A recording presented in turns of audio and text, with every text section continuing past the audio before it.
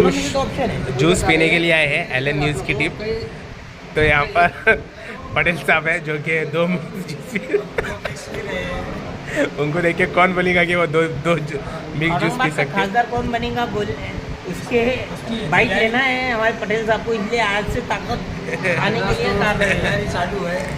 जनता तय करेगी ना कौन खासदार बनेगा, आपको कैसे कौन होते तय करना जनता बातें कर दिया। क्यों तुम वोट नहीं देने वाले हैं? हम तो देने वाले हैं। किसको वोट देंगे?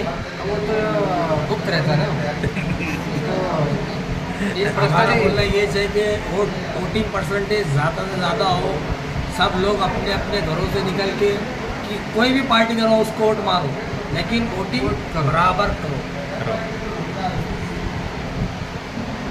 वोट नोटा को कीजिए तो चलता अगर कैंडिडेट पसंद है। हाँ, अगर पसंद नहीं आ रहा कैंडिडेट पसंद नहीं है तो नोटा तुम दे सकते हो, ऑप्शन